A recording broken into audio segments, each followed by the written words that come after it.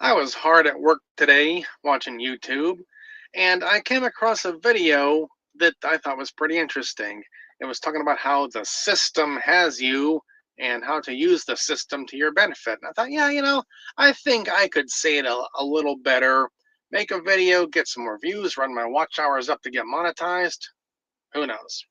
I need all the help I can get with that, getting these stupid watch hours up. Anyhow, what is the system? It's one of those things we all know is there, but you don't really think about too often.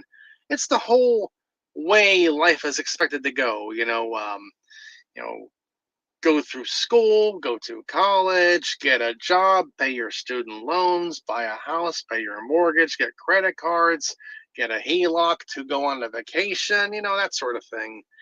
And there's ways you can make it a lot better for yourself if you don't play the game the way they want you to. And they is like all like the big people who own the banks and make all the laws, and give you that easy introductory rate on your new credit card, and buy now pay later, that kind of thing. You know, see it coming, know that it's there, be smart, work it to your advantage. And so what I try to do is, I've made my own mistakes in the past and learned from them, and now I'm working it and doing it better for myself. But you have to try to see these things coming and think ahead about it.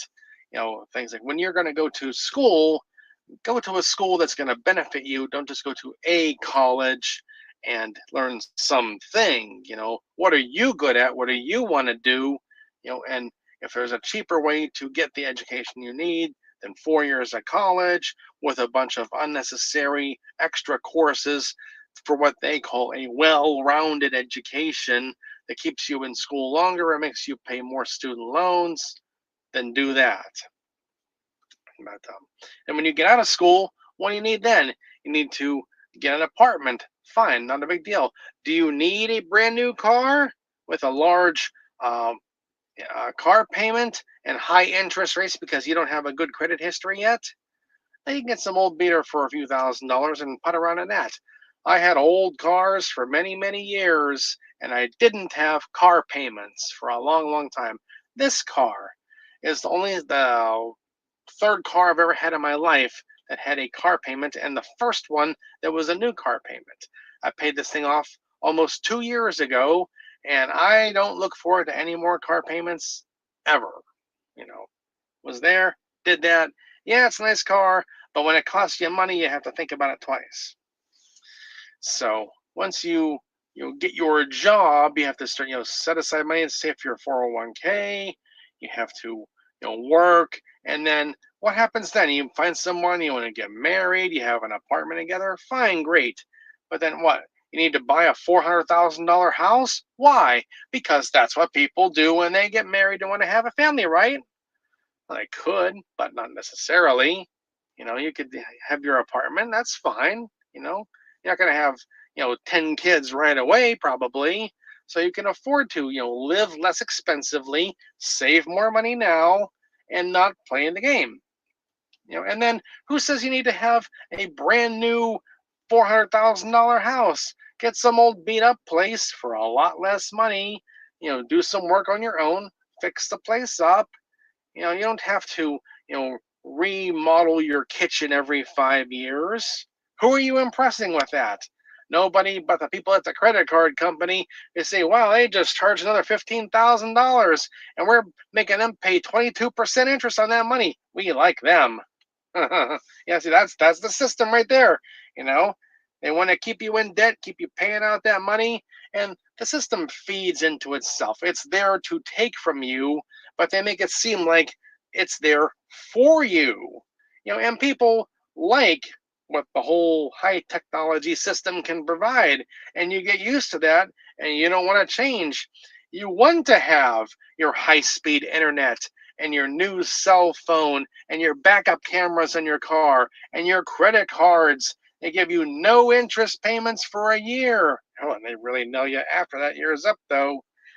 These are all the kind of things you really have to research in life and see it coming. So, oh, you want to do something for me? You want to give me this great deal? Well, let me think.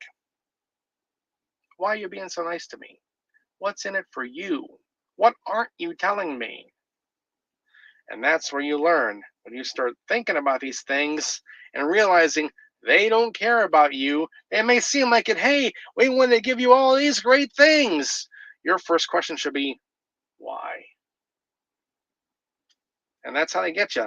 So think about these things, look around and see what other people have done. And don't make the mistake of just taking the first offer you get on anything, because it's not going to be the best offer. You can do better. And do you really need a brand new expensive car, or a brand new fancy house, or 18 credit cards, and you've been paying on your mortgage for 10 years? Tend to get a heloc and pull that equity out, and go take a vacation, and then you can pay us a higher interest rate for more years. That's all there for you. It's just a little bit of thinking on your end. You can figure things out, and don't be, you know, you know, what's the right word to use here? Don't be a sucker. Don't just blindly give back to the whole system and keep feeding it. It's there for you and it'll work for you, but if you don't use it, it doesn't have any power over you. So think about these things when you're making any big decisions with education, jobs, money, debt you're going to go into for anything, a house, car, whatever. Think ahead, write down all the pros and cons, and plan for it, and then do it the most economically efficient way possible. Who cares if your neighbors or friends like or don't like your new house or your old car or whatever you're going to get?